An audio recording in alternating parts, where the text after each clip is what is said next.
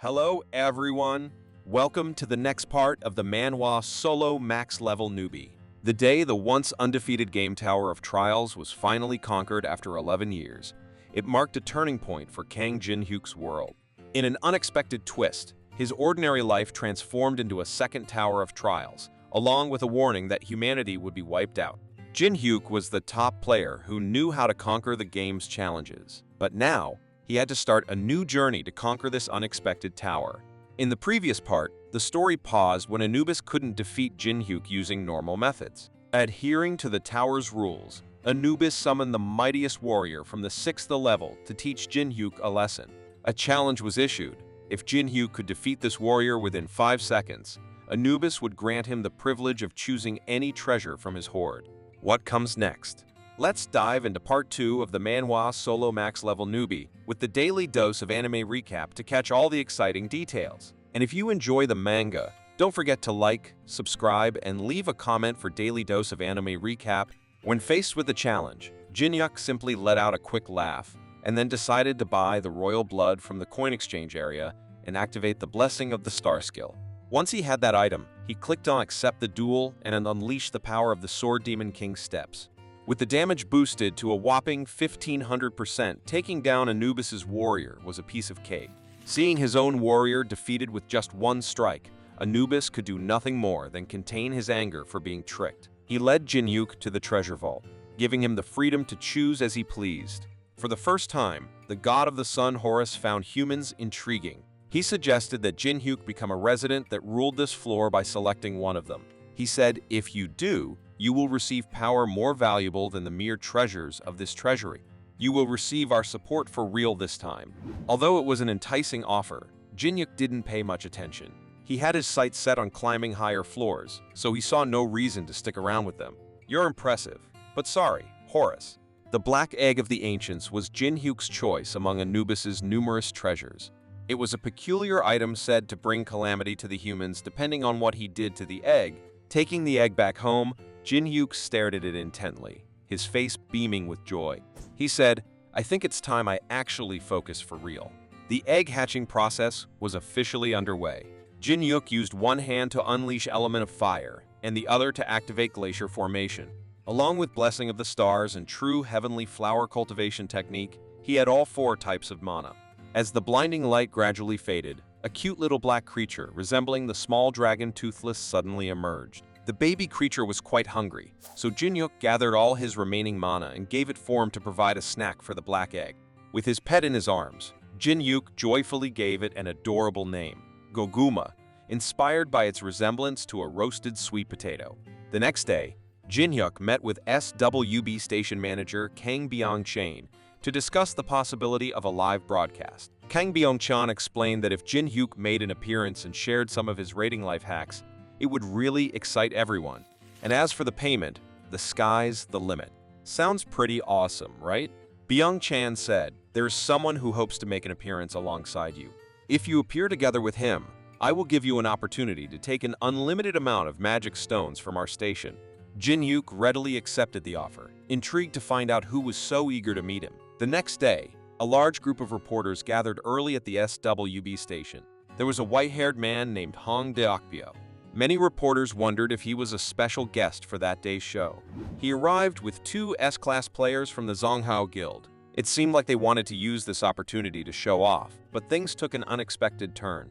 Jinhyuk didn't come alone. He was joined by the Saintess of Amsterdam Teresa, Korea's strongest martial artist, Yuo Chonyong, and the Sword Saint Chun Yosung. Truly a formidable team, with each member shining in their own unique way. Initially, the 2 Zonghua Guild members agreed to appear with Deokpyo. However, upon seeing their opponents, they quickly changed their minds and were no longer interested in Deokpyo's plans. They lost their enthusiasm and decided not to participate. Finally, the interview began. On set, the first question was directed at Jinhyuk by the female host. She asked, first, player Kang Jinhyuk, you're the center of attention due to your absurd clearing speed. Do you have some special know-hows for clearing the tower? Upon hearing the question, Jinhyuk smiled and replied, special know-hows? Oh, I have one. That is to just do it until you get it right. His answer was very straightforward, so she started asking about floors 3 and 4. To everyone's surprise, no matter which floor it was, the answer was the same. Just dodge everything. Byung-chan turned off the camera and scolded Jinhyuk, clearly frustrated. Do you have any idea how tremendous the losses are when we waste one broadcast recording? You've completely messed up the recording, so we're in complete disarray. And not only that, you've shamelessly come to get your appearance fee?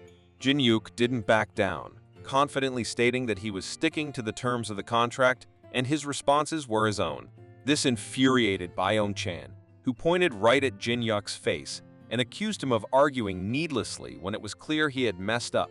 This time, Jinhyuk's anger flared up, and he grabbed Byung-chan's collar, sharply questioning, "Lee Jong-soo, you remember who that is, don't you? Together with Lee Jong-soo, you plotted to squeeze streamers dry with slave contracts. There was a time when we streamers came to this office together to protest. I was there too, don't you remember?" Finally, using Byung-chan's own words against him, Jinhyuk retorted, "To us, who you were sucking dry thanks to the contracts you guys cleverly drafted up. Do you remember what you said? Contract-wise, there's no issue. Do you still think my logic is far-fetched?" Byung-chan was left speechless. He led Jinhyuk to the Magic Stone storage with a request to allow Jinhyuk full access for 2 hours. Byung-chan had cleverly slipped in a small clause in the contract, trying to outwit Jinhyuk. He also informed him that there were anti-theft spells cast on these stones, so they couldn't be put in a subspace inventories. Jinhyuk knew it took about 5 minutes to absorb the energy of a low-grade magic stone. This limitation had been pre-planned by Byung-chan. Unfortunately for Byung-chan, his scheme backfired. 2 hours later, he returned to a daunting scene, where even his legs couldn't hold him steady. In the middle of the room, 2 secretaries were affectionately petting Goguma, and there wasn't even a single piece of stone left. Jinhyuk cheerfully asked the man, "Do you have more magic stones? My baby here is a big eater." That night, on the 6th floor of the Tower of Trials, Jinhyuk called Yo-sung over to teach him a training method for becoming stronger. Using a boundary-bending mirror, he took him directly to the 10th-floor warrior's heaven. Jinhyuk introduced that the place had 21 guardians protecting the boss and promised that if Yo-sung defeated all the warriors over there and last 1 minute against the boss, he would accept one serious duel. Thinking himself clever, Yo-sung often fell for Jinhyuk's tricks without realizing it. He accepted the offer and, with great enthusiasm, charged towards the guardians, wildly swinging his sword while shouting, "Out of the fucking way!" Yo-sung had everything sorted out within an incredibly short time, all because of a promise he'd made for a serious duel with Jinhyuk. Right in front of him stood his ultimate target, a massive boss known as the Immortal Stone Giant and also the most terrifying monster on this floor. Once his official minute started ticking, Yo-sung wasted no time and dashed forward with his sword, all set for a face-off with the boss, driven by his desire to finally best Jinhyuk.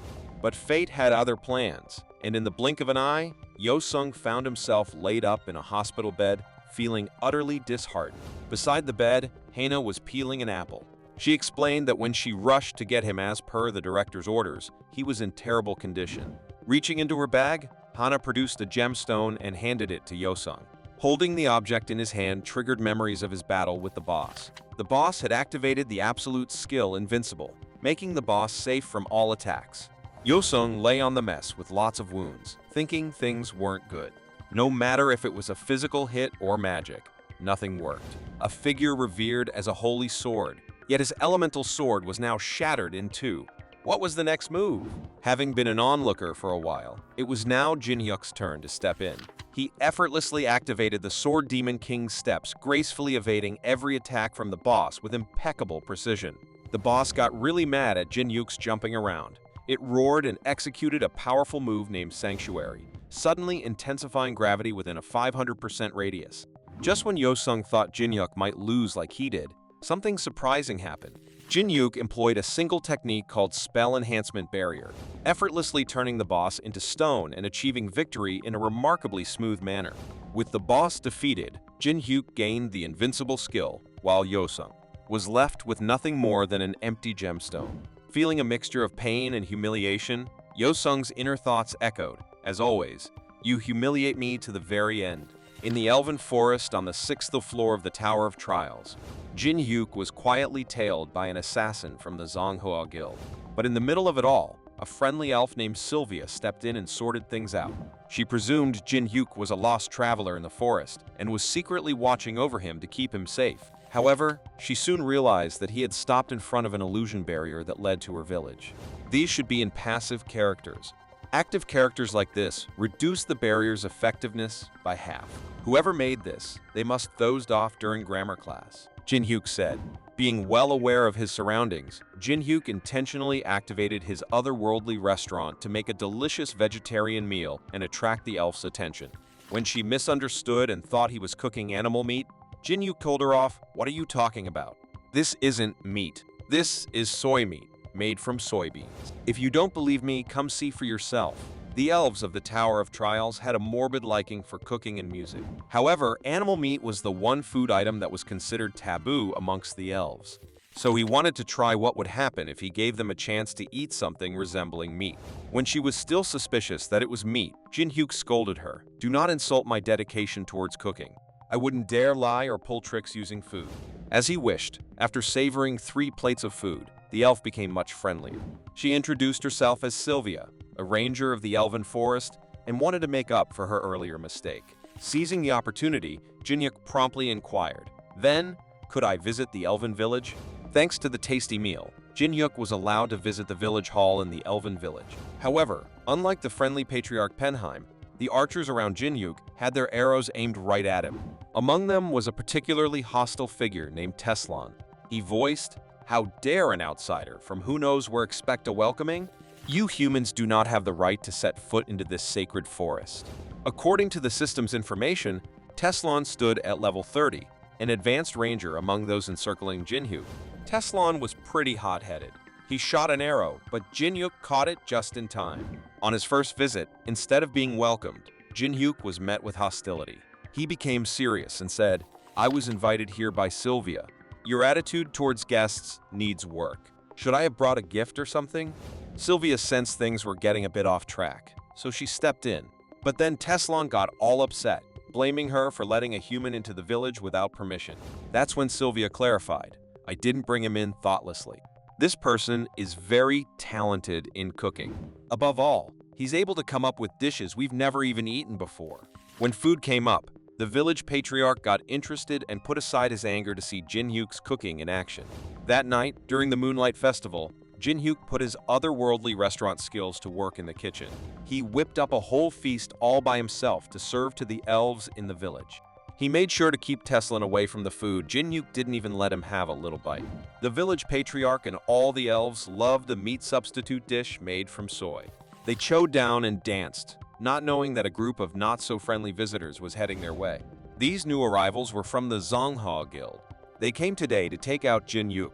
Even the elves or other humans around there would end up in trouble. Meanwhile, Jinhyuk and Teslan were having a big argument. They just couldn't see eye to eye. Jinhyuk had planned to copy Teslan's skill from the get-go, so he threw down a challenge. "Let's have a face-off in archery, and the one who loses will leave." That got everyone's attention. They gathered around to cheer for Teslan, and Jinhyuk had only Goguma on his side. Jinhyuk shot his first arrow, and even though it didn't hit the bullseye, it was still pretty good. Then, it was Teslan's turn. He started off confident, but Goguma's loud roar messed up his concentration. Goguma's fear skill was seriously powerful. One go, and the whole village was frozen. Teslan's arrow missed the mark and landed on the ground. When he turned back to Jinhyuk to ask what was going on, he saw both Jinhyuk and his pets smirking at him, making fun of his miss. "I'll resort to anything just to win." From a cheerful laugh a moment ago, Jinhyuk swiftly shifted his demeanor and pretended to scold Goguma for what it had done earlier. He had successfully managed to copy a part of Teslan's skill. With this accomplishment, Jinhyuk confidently announced that their competition would resume. Teslan shot a perfect arrow right into the center, impressing everyone in the village. However, when it was Jinhyuk's turn, he heeded Sylvia's advice. She suggested he throw in the towel, convinced he couldn't outmatch their most formidable warrior. Jinhyuk chuckled and then skillfully employed his glacier formation ability to launch a beer mug into the air, leaving everyone surprised. Finally, he combined his Blood Demon QI and perfect marksmanship skills to create a new move called the Red Magic Bullet. Just as the mug descended, he shot an arrow with incredible force. It hit the center and even shattered the super strong figwood mug. Teslan didn't like humans, but he valued promises. Since he lost the contest, he chose to leave the village on his own. However, as he was leaving, Jinhyuk called him back in a playful manner, saying today was a festive day and he didn't want the happy atmosphere to disappear. Their prior agreement underwent a shift. Telson was no longer required to leave. Instead, he had to dress up in a way called the expert look. In an instant, a lively spirit enveloped the scene. Jinhyuk and the village patriarch watched as Teslon confidently scared away those who had mocked him, wearing big smiles. Just as they were about to joke around, an injured guard elf rushed in with urgent news. He exclaimed, "Invaders! There are invaders." A bunch of masked guys suddenly appeared and started swinging their swords at whatever was in front of them. According to him, these people were really strong, and even the higher-ranking rangers couldn't defeat them. It was clearly a fierce attack, so Penham wasted no time. He quickly ordered everyone to unlock the weapons storage, get armed and ready for battle. Their fun had barely started when these strangers ruined the party. Jinhyuk was more furious than anyone, standing in the crowd with a look that made it seem like he could take on those cold-blooded strangers all by himself.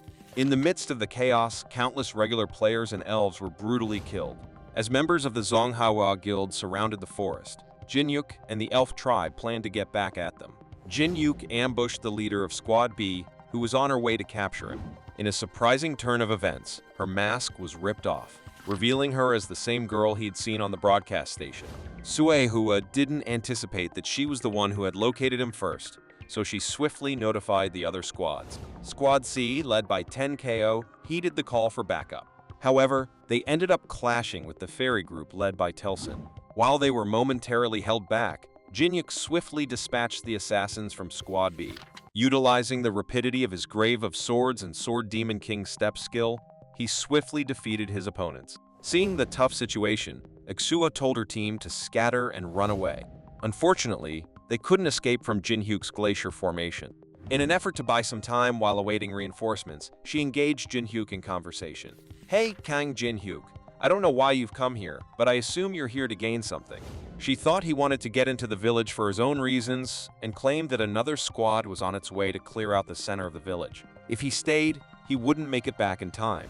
Sueho hoped her words might prompt him to flee, but Jinhyuk remained calm. It made sense, as he had left someone trustworthy to watch over the village. Squaring off against Squada was the formidable Alice. She hovered in the air with a hostile demeanor. Anyone who dared to mess with her contractor met one fate, death. Her blood spear's power was activated, summoning many scary weapons. With a single motion, a huge explosion happened, covering everything in a red glow. Initially considered the strongest, Team U ultimately fell to the formidable blood spears wielded by Alice. Communication through the phone was lost. Exua sensed the situation taking a turn for the worse. With no other choice, she gathered her team and got ready to cast the Blood Demon Circle. Following her command, the group swiftly closed in on Jinhyuk, positioning themselves both on the ground and in the trees. Suehua activated Psychosis Poison Infection, turning them into fierce fighters. They launched an all-out assault on Jinhyuk from every angle, showing no mercy and acting very aggressively, not like their usual selves. Undaunted, Jinhyuk fought back all alone, both defending himself and fighting back. Before long, there were no enemies left, and he stood in the middle of a pile of defeated foes. To the last remaining enemy, he said, "There's no one left now. Why don't you come on out?" Having no other choice, she stepped forward to face him. She thought her summoned creatures might delay him for a while, but soon realized she had to engage in a life-or-death struggle. As she stepped forward, a system materialized before Jinhyuk, revealing that Exuho had dealt with strong poison. It suggested that if he managed to overpower her while being exposed to her poison, he could copy one of her skills. This request was risky, so Jinhyuk was careful not to deliberately get hit. Contrary to the belief that heroes don't harm women, Jinhyuk took on everyone, especially female killers, just like this. In a fleeting moment of distraction, Jinhyuk managed to seize Exuehua. Despite her swift activation of self-defense, he managed to deliver a forceful knee strike. Persisting against the odds, Exua regained her footing after being knocked down. However, her resilience eventually crumbled in the face of an impactful punch that sent her crashing to the ground. Surprisingly, after this intense fight, Jinhyuk found out that he was poisoned by Heaven's poison.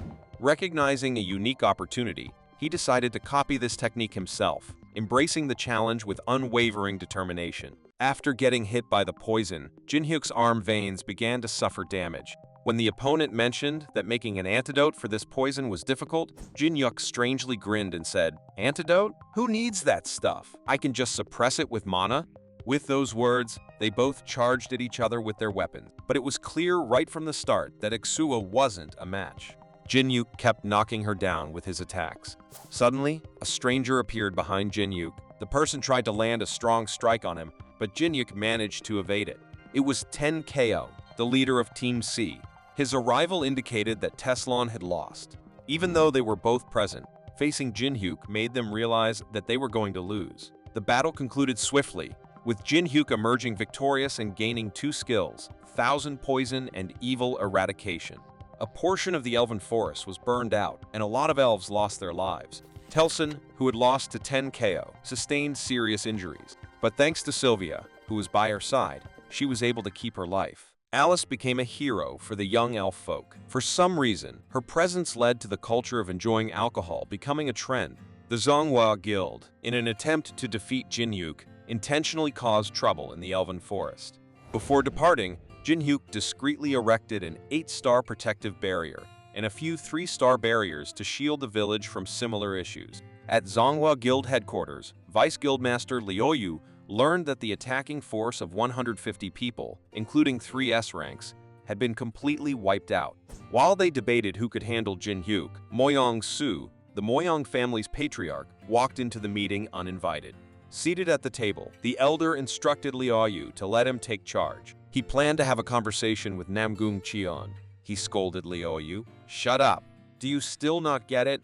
He's not at the level that you can deal with." In the days following the massacre, Jinhyuk continued to support and cook meals for the Elven village. But this situation didn't last for too long, as he ended up stealing their 2 most precious weapons, Pentagrith's Muller and Canine, before making his escape. It's not surprising, though. This was just the 6th floor of the Tower of Trials, and he needed those weapons to progress to higher levels. 90 days after the Elven Forest on the 6th floor was opened up, the 7th floor was automatically unlocked, letting other players get in. Jinhyuk was all cheerful, calling the slave crew to the Moon Lake on the 1st floor of the tower at 2:00 p.m. But they weren't too pleased. "We pulled all-nighters making those chess horses. Can't you just let us go?" "Yeah, please stop with this elderly abuse." They were all for quitting, but as soon as they heard about contract penalties, they were back to being all gung-ho about work. Like always, they did the name and title introductions before the report. The guy who never took off his shades was the first to pipe up, saying his name was Kim Hee-wong, a proxy guildmaster of the Black Crow Guild. Next up was this girl named Park Hannah. She spilled that Squad 2 from the Dangon Guild had ventured into the 7th floor. The 7th floor, they called it the Tundra, just required making it from the starting point to the finish to unlock the next level. Might sound like a cakewalk, but that floor was infamous for requiring a lot of time and preparation for the raid due to its harsh environment. So, when he heard that the guild was on the hunt for some feathers, he immediately thought of the Phoenix's feathers. For a cold place like the 7th floor, that was the optimal solution. As for Hana, she reported that Jusung had bounced back and was out of the hospital. Then, this Japanese dude named Takashi from the Samurai Guild chimed in, and what he brought was the Heaven's Fountain Sword stolen from the Temple of Medusa. Next up in the news was related to an organization on a higher floor, the blood relatives of the Decasis family who worshipped Amulam. They attacked Melina's Demonic Humans Association because they wanted her help to capture an escaped prisoner. The reward for this task was her becoming a disciple on the 11th floor. Once everyone had left, Jinhyuk allowed Alice to emerge from the ring. She came out and angrily claimed that the Decasis family had betrayed her, insisting that he must defeat them all for revenge. Jinhyuk promised to help her, but his mana was currently insufficient. He needed to carefully plan before taking any action. After hearing from the runaway workers, Jinhyuk decided to head into the 7th floor on his own. As he passed by Zhang Yunseik and a member of the Dangun Guild, they exchanged some teasing words. "I never said I was helping. Don't assume. I'm just interested in the Phoenix Feather and you guys just happen to be in my way," he quipped. Zhang Yunseik got annoyed, thinking his guild controlled that path and Jinhyuk was invading their territory. Jinhyuk fired back, "Invade? You talk really funny. Someone listening in might think the 7th floor is the Dangun Guild's property or something." He added a few more teasing comments before moving on, brushing them off. However, as he delved deeper into the forbidden area, some guild members started trailing behind him, claiming they wanted to show him the way.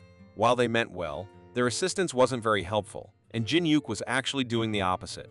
During a break, Jinhyuk directly asked a guy named Guak Daeho if they were there because of Yoon Se-ak's orders, which he had overheard. Despite their denials, Jinhyuk easily exposed their lies. But at this point, Jinhyuk was less concerned about Phoenix's feathers. He was more intrigued by some strange carvings on a stone he had noticed earlier. A girl chimed in, "That's the mark of an ice troll. I've heard of them. They're supposed to be the strongest intermediate rank monsters on the 7th floor?" Jinhyuk agreed, noting that ice trolls usually inhabited the western mountains, so their appearance here was unusual. Suddenly sensing something approaching, Jinhyuk quickly used a glacier formation skill to block the spears aimed at them. Guak Daeho's group rushed to find cover, only to see Jinhyuk standing unharmed in the open, confronting the biggest danger. Another attack came, but Jinhyuk deftly dodged them all. After the danger passed, Jinhyuk looked around and said, "You should know by now that this won't work. Come out!" The enemies emerged, and to everyone's surprise, there were more of them than Jinhyuk had anticipated. Not only ice trolls, but also 2 formidable members from the Decasus family. Alice, confined within the ring, kept insisting on being released to confront her adversaries. Meanwhile, Jinhyuk employed his Eye of Gluttony skill to gather information about his opponents. But because of the level difference, using Eye of Gluttony to check their stats used up most of Jinhyuk's magic power. Seeing the situation, Guak Daeho came over to ask Jinhyuk how they were doing.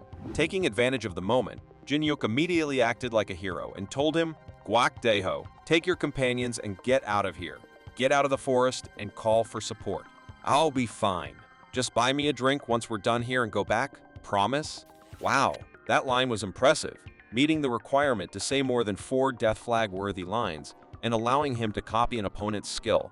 As Jinhyuk arrived, the frosty troll creatures gave him a warm welcome, but just a glance at his expression made them want to throw a punch. Swiftly dodging an unexpected troll punch, Jinhyuk immediately counterattacked. After observing Jinhyuk's battle with the icy trolls for a while, the 2 vampires finally revealed themselves on the peak of the last mountain. According to their introduction, they both hailed from the Decasus family. The guy went by Lord Bershin, and the girl was named Ophelia. As it turned out, it was all a trap set by them. Even though they were aware of everyone's background who escaped the Hall of the Depraved on the 1st floor, they hadn't realized that the person referred to as unknown was Jinhyuk. Their suspicions grew. Among those who escaped the 1st floor, they believed someone had assisted Alice von Ataraxia in her escape. Since Jinhyuk was the first to arrive, they assumed he was the one who had helped Alice escape. Jinhyuk refused to admit anything, so Bershin swiftly launched an attack. He immediately utilized his dark fighting spirit to strike Jinhyuk. Even though Ophelia warned against killing Jinhyuk, Bershin, seeing Jinhyuk dodge his previous attack, chose to impair Jinhyuk's vision for 30 seconds using Blood Jade. Just as he activated Bloodthorn, Jinhyuk broke through using Element of Fire. While Jinhyuk grappled with Bershin, his comrades battled the demonic humans. The horde of demonic humans charged recklessly, prompting Yoon Se-ak to panic and shout, "An ambush. Get in defense position." Just as he feared the worst, Teresa suddenly materialized. She was accompanied by Taemin and Yeonhwa, and wherever Teresa went, Yosung wasn't far behind. Upon his appearance, Yosung swung his sword fiercely, striking down the eager demonic human. With that swing, a powerful whirlwind swept through. Seeing the demonic humans strewn across the ground, Yosung's usually scornful expression intensified. He remarked, "It's a shame to use this sword on such trash." Meanwhile, Jinhyuk was looking down on Ophelia and Bershin. Seeing Jinhyuk's dark and dangerous grin, the 2 vampires felt a sense of impending trouble. When Taemin gave the order, the machine monarch quickly shot out a strong burst of energy. At the same time, Yeonhwa used mana reinforcement and then used the angle of wind. Teresa granted divine effects to everyone. After a close assessment, one of the team members suggested letting Lancelot retreat for the moment and regroup when they were fully prepared to engage. Upon sensing the surge of divine power, Ophelia promptly advised Bershin to pull back. However, Jinhyuk was determined not to let them escape. He swiftly activated the Element of Fire skill. Yet, before he could react, the 2 vampires were quicker than anticipated, already airborne. Jinhyuk swiftly switched to the Daylight skill, sending a burst of green light their way. Seeing a substantial part of the ground damaged, he couldn't help but wonder if he had taken down the 2 vampires. Suddenly, the system notified that the second death flag saying had been accomplished, though the Element of Fire skill had been temporarily disabled. Back at the Dangun Guild camp, Everyone was in a flurry of activity, expressing their gratitude to Teresa. Seeing Yunsek looking down and upset, Teresa took the chance to suggest they retreat outside of the tower. She said that she and Jinhyuk would be in charge of defense on the way there. Just as Yunsek was about to express his frustration, Jinhyuk returned. However, Yosung's demeanor didn't convey much happiness. Jinhyuk proceeded to share a crucial piece of information. All their enemies were scheming an outbreak in Tundra. In his assessment, their aim was to combine humans with the Phoenix's feather to facilitate an escape from the tower. Observing his composed demeanor while discussing the matter, Yosung urged Jinhyuk to unveil his plan. Jinhyuk playfully teased, asking, "You know me too well. Is it because of how you were acting like a stalker all this time?" Meanwhile, within a dark cave, Ophelia and Bershin were bowing before another vampire. Having listened to the vampire's criticism, Ophelia disclosed that she had sensed Alice's energy during Jinhyuk's battle. Hearing her guess, the unknown vampire seemed pleased. He laughed and said, "I feel a bit better now." Jinhyuk got down to business, giving out tasks among the team. Team Min and Yana would stand by in the forest. Armed with drones, they aimed to catch the demonic human's attention. Teresa and Yosung were splitting off to tackle their own missions, while the rest of the Dangun Guild bolted from the camp and scattered beyond the tower area. Yunsiek stubbornly stayed behind. Even though it wasn't clear where Jinhyuk was going, he kept following. In reality, they were all headed to a freshwater lake. Jinhyuk said this lake had the most mana stuff on the 7th floor. When things happened to the tribe, the Frostblade tribe's chief would come here to reserve mana. While the ice trolls were moving supplies, Yunsek marched in with a white flag, right alongside Jinhyuk. Jinhyuk knew these ice trolls valued honor very highly, and they prioritized family over everything. So, as long as Yunsek held up the white flag, they wouldn't attack. Kalakal, the patriarch of the ice trolls, sized up Jinhyuk and quipped, "I've heard a lot about you. You beat up my tribe members with your bare hands. You seem pretty strong. Why did you surrender so easily?" While Yunsek was confused by the patriarch sitting confidently, Jinhyuk grabbed the flag and tossed it down. Then he said, "I have no intention of actually surrendering. I only pretended to have done so in order to come here without fighting anyone." When Kalakal caught on that Jinhyuk was just playing possum to get to this point without throwing down, he was irked, to put it mildly. Without skipping a beat, Kalakal grilled Jinhyuk, wondering how a warrior like him could just brush aside honor. Ultimately, he challenged Jinhyuk to use death to clean up his cowardly act. Kalakal started moving closer to Jinhyuk, ready to fight. Unfazed by Kalakal's aggressive stance, Jinhyuk turned to Yunsiek and casually inquired if he still wanted to steer the ship. Seeing Yunsek shaking his head like a maraca, Jinhyuk told him to step aside and watch. Meanwhile, back at the Zonghao Guild, HQ, news of the 3 S-class players biting the dust in the Elven Forest made Nangong get mad. While Nangong was giving Jinhyuk a verbal dressing down, Yosung was super mad too. Meanwhile, Kalakal and Jinhyuk were fighting really hard. Just as Kalakal belted out the chief's cry, a sonic assault meant to knock Jinhyuk off his game. Jinhyuk promptly countered with the distortion barrier skill. Quick as a flash, he followed up with glacier formation to hit back. Facing a barrage of ice pieces, Kalakal was all out of evasion tricks. Seizing the moment, Jinhyuk delivered a critical attack, going all in with the Grave of Swords move, hammering down blow after blow. After Jinhyuk beat him, Kalakal asked to be allowed to die with honor. However, Jinhyuk had no plans to send him to the great beyond. Digging a bit deeper, it turned out Kalakal was part of the vampire clique, not due to a loss to Ophelia and Bershin, but because he came up short against a dude named Michael. Word on the street was, Michael was an advanced player in the Decassus clan, according to Kalakal.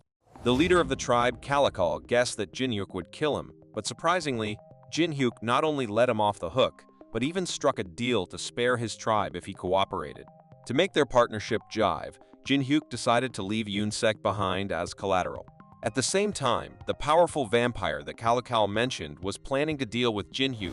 After Michael sent Ophelia to the freshwater lake and told Bershin to prepare a secret weapon, he personally took on the task of dealing with the drones that Jinhyuk's crew intentionally sent to distract him. Using a skill called Climate Reformation, Michael easily got rid of the drones. When they heard that the drones were all down, Yohwa quickly activated Heavenly Flower Cultivation Technique, and Teaming activated a skill called Great Fortress, bringing out a bunch of machine core to help. Just like Michael had foreseen, as Ophelia reached the lake, she caught sight of Jinhyuk and Kerala cozying up. It seemed just as she had suspected. He was collaborating with those demonic humans to obtain the Phoenix's feather. However, with her personality, she couldn't let Jinhyuk achieve his objectives so easily. She promptly employed the Mana Storm skill to eliminate him and Kerala. Hearing the shocking explosion from Jinhyuk's location, both Yeonhwa and Taemin became extremely worried. Just when they thought Jinhyuk might be in trouble, he suddenly appeared out of nowhere, startling Taemin. He plopped himself down on the ground, hollering, "You need to make some sound when you walk. You scared me." While Yeonhwa was questioning who the person by the lake was, Ophelia was really taken aback. She saw Jinhyuk and Kalakal, along with the demon armies, slowly fading away after they had fully absorbed her super strong Mana Storm skill. It finally clicked for Ophelia that the images in front of her were mere illusion barriers, and she was stumped about why they were even there. Suddenly, she caught sight of a new energy source opening up the blessing of the star. Right as Ophelia laid eyes on this, Teresa showed up and said if Ophelia surrendered, she would spare her life. But Ophelia's pride wouldn't allow her to back down. She wasted no time, whipping out her weapon and getting ready to rumble. At the same time, Yeonhwa was fighting with a lot of energy, facing the Lancelot group all by herself. Even though there was only one person, the Lancelot member was really careful. He told his undead troops to charge in and team up with him. Right now, Ophelia and Teresa were locked in a fierce battle. Teresa was wielding a shield and going straight at the gutsy vampire. Because of some strong force, like sunlight beaming down, Ophelia couldn't go head-to-head, so she swiftly dodged and hid behind a rock, feeling pretty scared. Thinking that if this holy lady, Teresa, found out the demonic humans were attacking her friends, she might worry and call for help. But, to Ophelia's surprise, Teresa not only fought back but also laughed and taunted. "My teammates aren't that weak." As she proudly talked, at that very moment, Ophelia's teammate Yeonhwa had her hands on a guy who was crying and asking for help. Seeing the beaten-up demon squad, Lancelot couldn't help but see Yeonhwa as something more than human, almost like a monster. Even facing them solo, she wasn't backing down. After a bit of a struggle, Yeonhwa realized this showdown was getting tough. She quickly called on Taemin for some backup. When he heard her call, Taemin immediately activated his Mana Anti-Tank Landmine skill to help Yeonhwa escape more smoothly. But as soon as Lancelot spotted Yeonhwa making a run for it, he signaled his demonic humans to give chase. However, just as he was about to barrel into the forest ahead, the vampire Michael showed up and told him, "Foolish, Lancelot. This is a trap." Hearing this, Lancelot wasted no time and ordered his squad to pull back. No more pursuing. Sure enough, just like Michael had warned, the forest was now rigged with all sorts of traps. Jinhyuk didn't want to waste time and effort, so he cooked up a different scheme to lure the demons into the forest. Out of the blue, he told everyone to retreat to the ridge. When Lancelot saw Jinhyuk and crew suddenly coming out of the forest, he wasted no time and hightailed it after them. And just as he had thought, Jinhyuk and his crew were truly running on fumes in this weather. The heavy snow was slowing them down big time. When Lancelot caught up, he didn't just spot the unknown, but also the folks from the Zongyo Guild. Truth be told, Jinhyuk had set things up for Nangong to be there. Earlier, he had instructed Yosung to send a letter to Nangong at the Zongwa Guild building.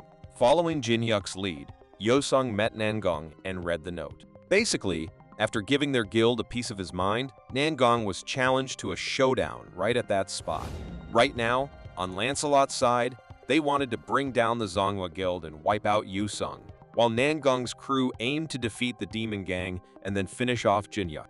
In the middle of the intense fight between these two groups, Jinhyuk led his team to make a quick escape and headed back to the unmelting valley. When Yeonhwa and Taemin met Kalakal, they were seriously taken aback. And when Jinhyuk greeted him like old friends, their guard went up even more. Seeing everyone's strong reactions, Jinhyuk explained on the spot. He said they had fought earlier because the vampires had manipulated them, but now they cooperated with Jinhyuk. Right after explaining, Teresa suddenly spoke up. "Sorry, Jinhyuk. I ended up losing Ophelia." After giving Teresa some encouragement, Jinhyuk told everyone to gear up because the enemies were going to keep attacking toward the island, where the Phoenix Feather was, to escape from the tower. Out of nowhere, Kerala handed something precious to Jinhyuk. It was a valuable treasure that his tribe had taken big risks for. Kerala handed it over with complete trust. When Jinhyuk got the essence of souls, which was even bigger than his head, he was surprised and kind of puzzled. It seemed like the tribe leader had misunderstood something and given it to him. From what Jinhyuk knew, they usually only handed over the essence of souls when they were planning to subjugate other tribes. While he was still trying to piece it together, Calical declared with a lot of determination that they should make sure this battle would leave no regrets, that they wouldn't stand for being slaves. Hearing Calical's words, Jinhyuk got really fired up. He immediately went to find Michael. When Michael showed up, he praised Jinhyuk for being clever. He had tricked the demon gang into fighting another group. While Michael was boasting, Jinhyuk secretly used the essence of souls and a skill called Eye of Gluttony.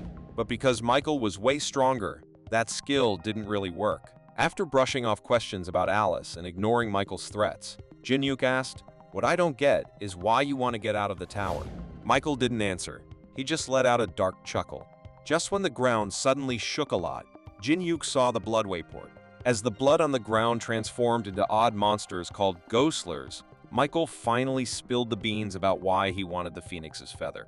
It turned out Michael wanted to release these ghostlers out of the tower to get a bunch of human blood. And once he had a strong military, he planned to take over the entire tower. While that plan might sound slick, Jinhyuk and his crew weren't about to just sit back and let it happen. With more and more demonic humans around, Yuri started to get seriously worried.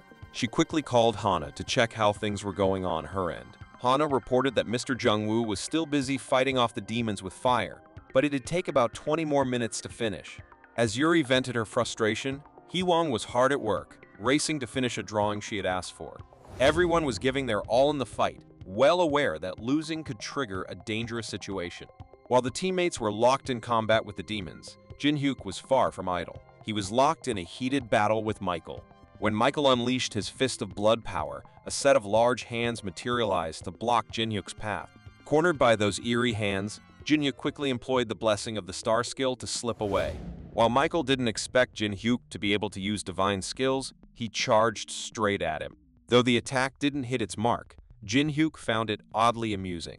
When Jinhyuk learned he was about to face off against Ophelia and Bershin, his amusement only grew. Michael shifted his tone, offering to spare Jinhyuk if he spilled the beans about Alice's actions. But Jinhyuk claimed he denied knowing anything. Right after that, he sensed something trying to attack him from behind. He swung his sword and dodged Bershin's strikes. But right after evading Bershin's attack, that pesky hand struck again. Although Michael acted quickly, Jinhyuk's reflexes were equally sharp. He quickly twisted his body to avoid the attack. Michael, along with his accomplices, launched an unrelenting assault on Jinhyuk. Amid Jinhyuk's dwindling strength, Yuri announced that the present world restraint had been triggered. While the others were confused, Jinhyuk created a dimension that covered the fist of blood and took out a strange thread.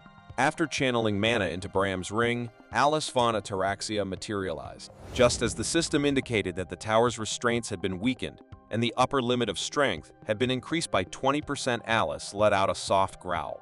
Although Alice's growl was subdued, the surge of power shook the surroundings to their core.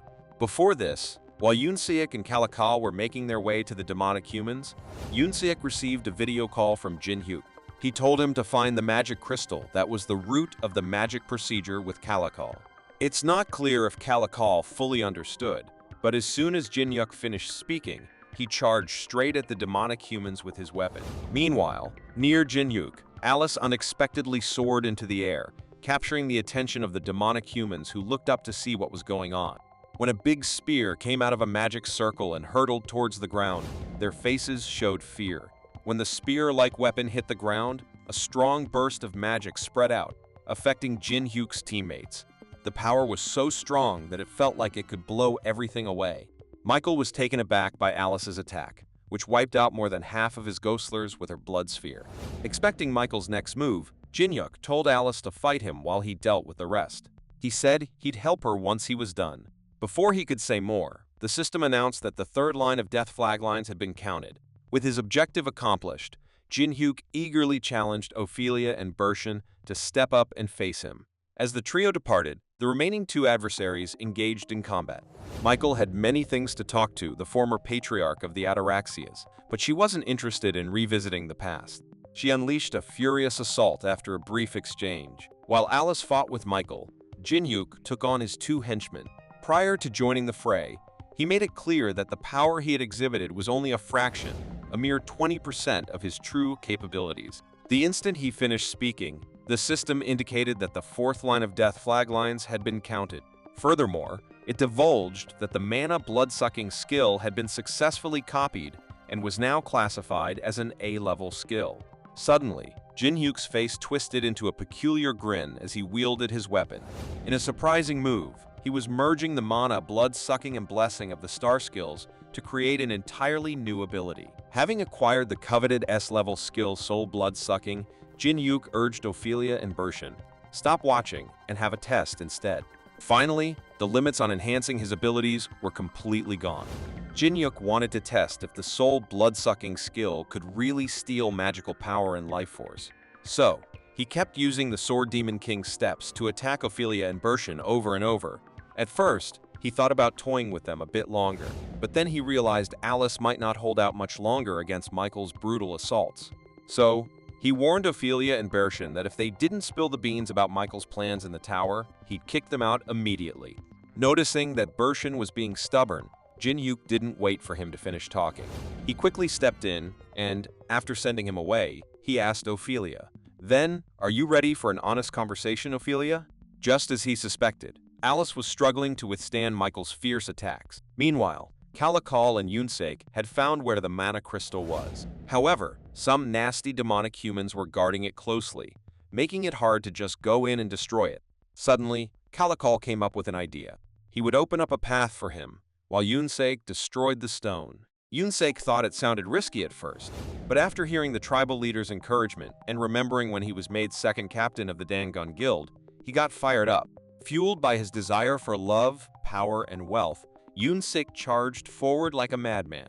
In the blink of an eye, he split the mana crystal into two. Once the mana source of the Bloodway port was destroyed, the magic circle that Michael had set up earlier began to weaken. While everyone was cheering their successful move, Jinhyuk was still busy with Ophelia. He put her halfway into a pond, trying to make her talk. After a short while underwater, Ophelia finally gave in and spilled the beans. It turned out that they aimed to reach the tower's 29th floor to obtain the Balmung sword, which the Empire was safeguarding. Just as Jinhyuk had guessed, Michael wanted the Balmung sword to take down the dragon on the 48th floor. Jinhyuk released Ophelia and used the Brand of Tribulation. After turning her into his puppet, he hurried back to Alice's location. At this point, Michael had control over Alice and was attempting to whisk her away, but Jinhyuk arrived just in time. He swiftly used the Grave of Sword to sever the hand holding Alice. Once he helped Alice to safety, Jinhyuk stood up and activated the Essence of Soul skill, saying to Michael, "I'll fight you from here onwards." Michael acted swiftly, launching an attack by charging straight at Jinhyuk with his fiery hand. He aimed to crush Jinhyuk, but surprisingly, Jinhyuk managed to step back just in time and deliver a precise sword strike. Alice was taken aback by the magical energy swirling around Jinhyuk. She couldn't believe how rapidly he had grown stronger. Meanwhile, behind Michael, there were not only two pairs of wings, but also two additional red arms. After insulting him as an annoying parasite, Michael threw a powerful punch towards Jinhyuk. Right as Michael believed he had Jinhyuk pinned down with his red hand, suddenly multiple swords appeared. At first, Jinhyuk moved to attack that hand with his sword, but unexpectedly, Michael employed the Mana Barrier skill to shield himself.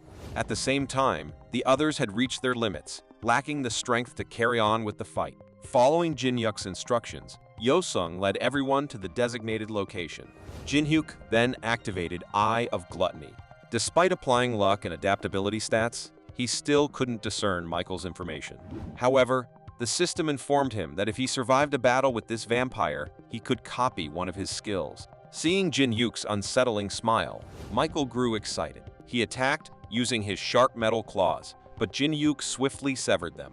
With the intention of extracting Jinhyuk's teeth one by one, Michael lunged his fist towards him. Just as Michael was most pleased, Jinhyuk dropped the two swords he was using and switched to his bow. He shot 3 arrows at Michael, but it left only a minor scratch on his face. Suddenly, Michael burst into maniacal laughter and used the Hellfire to destroy the world power. A red energy enveloped him. As Alice had cautioned, being hit by this skill spelled certain doom. As Alice prepared to use her shield against Michael's attack, Jinhyuk acted like a madman, laughing and saying, "Just watch." Right after Jinhyuk spoke, Michael unleashed a decisive strike, unleashing all his energy like a raging inferno. After employing the Hellfire, Michael was left breathless. Assuming Jinhyuk was defeated, he was shocked to see him descending from above, wielding a spear. Even though the system had warned that using a skill that went against causality came with great mana load, Jinhyuk still went ahead and used the invincible skill. Michael hastily attempted to use the mana barrier, but his mana fell short of activating it. However, right when Jinhyuk delivered a decisive strike, Michael managed to block it unexpectedly. He tightly gripped Jinhyuk's bow and hurled stones at him. Then, with a powerful kick, he sent Jinhyuk flying a distance away. Seeing Michael persisting in his attack, Alice swiftly moved to intercept his assault. Meanwhile, over on the tower's 39th floor, a group continued to closely observe the unfolding battle. Suddenly, one of them voiced concern for Michael, sensing that he might be on the verge of defeat. After some thinking, they debated whether to get involved and then asked for the opinion of someone named Exension. To their surprise, Exension advised them to remain silent and keep watching, as there were more factors to consider before making a move. During this time, Michael was relentlessly pressing his attack on Jinhyuk, while Alice was determined to prevent his attack. Michael accused her of betrayal due to her alignment with humans, but Alice argued that true betrayal came from those who had harmed her. She clarified that she wasn't on the human side, but rather on the contractor's side. All of a sudden, Jinhyuk charged forward and landed a powerful blow on Michael. He urged Alice to unleash the Blood Spear's skill. Upon hearing that he could handle the mana released from her weapon, Alice soared into the air and propelled her spear directly at Michael.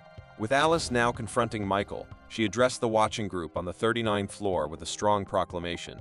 "I know you guys are all watching through his eyes. You filthy traitors, heed my words. I will get my revenge no matter what." Once she had vented her anger, Michael attempted to resist Alice's assault. However, before he could mount a counterattack, Jinhyuk rushed in with his shield. He used its momentum to drive the spear through Michael's body. After defeating Michael and successfully copying the Moon Hiding Nails skill, the effect of the Essence of Soul ended. As Jinhyuk laid unconscious, Alice quietly thanked him before gradually disappearing. At the same time, the group on the 39th floor was in turmoil over Michael's departure. As Jinhyuk regained consciousness, he found everyone gathered around him.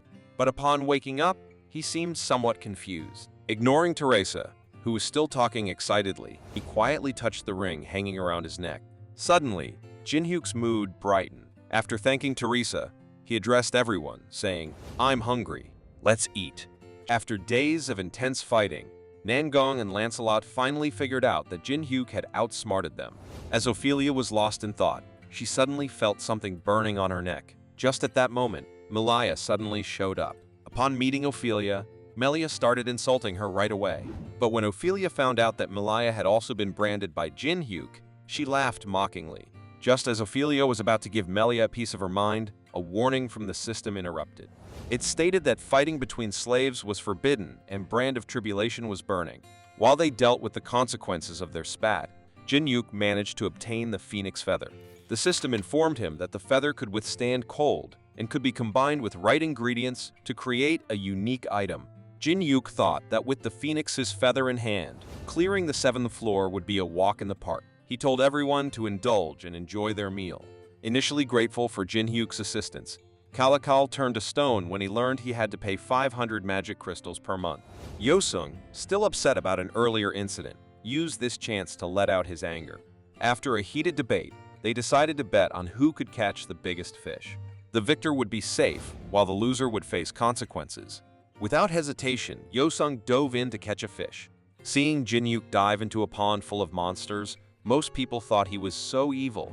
As the group wondered about Yunseik's whereabouts, he was somewhere getting an earful. Even though he was being scolded harshly, he seemed strangely happy. At the same time, awakened Association Department Head Kim Tae-kun received news that the 7th floor had been cleared. Elsewhere, upon hearing that a VIP guest was on the way, the entire staff sprang into action to prepare. To welcome the special guest, they laid out a red carpet and scattered flowers. Once everything was ready, a beautiful girl walked in. Alice was very generous, giving them a pile of treasures as soon as she arrived. According to her, if she touched something, she would buy it. Her generosity made the brand manager extremely happy. Jinhyuk was just as happy, matching Alice's excitement. Jinhyuk thought that Michael didn't want to kill Alice. He merely sought to employ Porwaith's necklace to lock up her again. As Jinhyuk wondered if there was a hidden motive, he suddenly received an invitation from Rick Hennessy. With this invitation, he could join a masquerade ball on the first floor of the Tower of Trials. The Masquerade Ball was one of the even-type quests that were activated once they reached the 25th floor. At the first floor of the tower, a neutral zone, nameless city, Alice didn't look happy because she was taken to the party while she was shopping. When they went into a clothing store, they were surprised to meet Yo-sung. Since Jinhyuk had let Yo-sung play alone in the previous betting incident, Yo-sung seemed angry when he saw Jinhyuk. He glowed so intensely that he emitted a burst of light, causing 2 goblins to faint. After tricking Yo-sung, Jinhyuk refocused. Right from the start, he had noticed that this clothing store was quite peculiar. After hearing all of his guesses, the mischievous goblin laughed and said, "Like Rick said, you really are an interesting person." When he heard that this guy wasn't the intermediate rank manager like Rick, but Rick was actually working for him, Jinhyuk immediately used his Eye of Gluttony. Though he couldn't see Hastings' details, just knowing his name was enough for Jinhyuk to deduce a lot about him. From what he knew, Hastings was one of the 7 managers who created the rules of the tower. Since Jinhyuk had figured out Hastings' identity, he was not only rewarded with a suit, but also an extra invitation for Alice. While waiting for their outfits, Alice appeared a bit worried. She sensed that the goblin was dangerous. Despite her concerns, Jinhyuk remained fearless. He believed that even if the goblin was dangerous, there were benefits to be gained from using them well. Right now, there were a lot of people outside the entrance of a castle. While Hana was asking Teaming if Maria and Teresa came to the party or not, she accidentally saw a tall and chubby guy. According to Teaming, the man walking next to the chubby guy was Samurai Guildmaster Hoshikawa Yoshio. Yoshio caught people staring at him and commented to Tsutomu that they resembled parasites, living off the flesh of the strong without trying to get any stronger. While Tsutomu was trying to calm him down, someone bumped into him. Just as he was about to say something, he suddenly fell down. Alice wasted no time asking him, "Am I still in your way?" Seeing Tsutomu lying on the ground, Yoshio was totally baffled. How could a top ranker in the Samurai Guild get taken down by a young girl?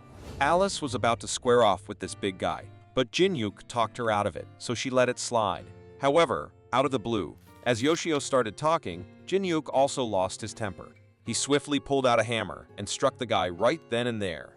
After that, Jinhyuk started using his Eye of Gluttony. He intended to copy the guy's skills, but the conditions for copying were a bit complicated. Seeing Yoshio yelling that his guild would seek revenge, Jinhyuk acted like he was cool with it and was not scared. After shaking up Yoshio, Jinhyuk and Alice headed into the party. Looking around, he spotted Teresa and Maria had also made it. The last person he clocked was Yo-sung. All of a sudden, he noticed 2 troublemakers, Casey and Judello, who purposely provoked fights and slaughtered people for fun. Despite being at S-class, they weren't aligned with any group. Alice got a vibe that Jinhyuk was scheming something because of his strange smile. Meanwhile, Yoshio was chatting with Liao Wei, Zonghua Guild Vice Master. When Yoshio spilled the beans that Jinhyuk took down Sotomu, Wei got seriously ticked off. While they were scratching their heads over the situation, a short dude jumped in and said he'd handle Jinhyuk. After yakking away, Carmen rolled up to Alice and Jinhyuk. He claimed he was a lower floor manager of the Tower of Trials. When Carmen asked if Jinhyuk was the one who beat one of the guests he invited to a pulp, Jinhyuk replied, "Ah, the buddy that fell over from walking into my companion. He was hurt that bad from that fall? Wow, I guess I should send a flower bouquet or something." Carmen got really mad, but before he could do anything, Hastings showed up. As soon as Hastings arrived, he wasted no time and grilled Carmen about his actions. Even though Carmen said sorry and meant it, Hastings didn't accept it. Seeing that, Jinhyuk spoke up, "You need to apologize to the person affected if you did something wrong." With the recording ready to roll, he told Carmen to apologize. Carmen reluctantly said sorry, but Jinhyuk couldn't resist asking, "Did you skip a meal or something? Louder?" Just as Carmen was about to respond, he noticed Hastings' stern expression and quickly offered a much louder and sincere apology. After smoothing things over, an older person took charge of the party proceedings. According to the elder, if anyone wanted to keep climbing the tower, they had to choose a side to stand on. Right after the elder finished talking, the system announced starting the main event of the Masquerade Ball. Everyone had to pick a spot between the 10th and 30th floors to take on the challenge. Once they got directions on how to reach the tower and where the challenge was, all the managers made their exit. As the hefty door sealed shut, everyone found themselves stuck inside. While confusion and panic spread, Maria remained remarkably composed. She stepped forward with a suggestion. In this situation, they should band together and support each other to tackle the challenge. Then, she proposed an idea. She said they should first size up each person's strength before figuring out their next move. But amidst the debates, Jinhyuk stepped up and took charge, choosing a spot and floor for everyone present. He settled on the 25-floor Good King's Valley. Once they arrived at the chosen spot, he promptly left. Jinhyuk approached a stone wall. As he pressed a stone on the wall, the system announced that 5 paths leading to the Good King's grave had opened up. Out of the 5 doors right in front of him, he could only choose one door and had only 60 seconds to make a decision. After careful consideration, he initially thought against picking any path. But then, surprisingly, all 5 doors opened up. Out of nowhere, a fire spirit salamander emerged from one of the paths.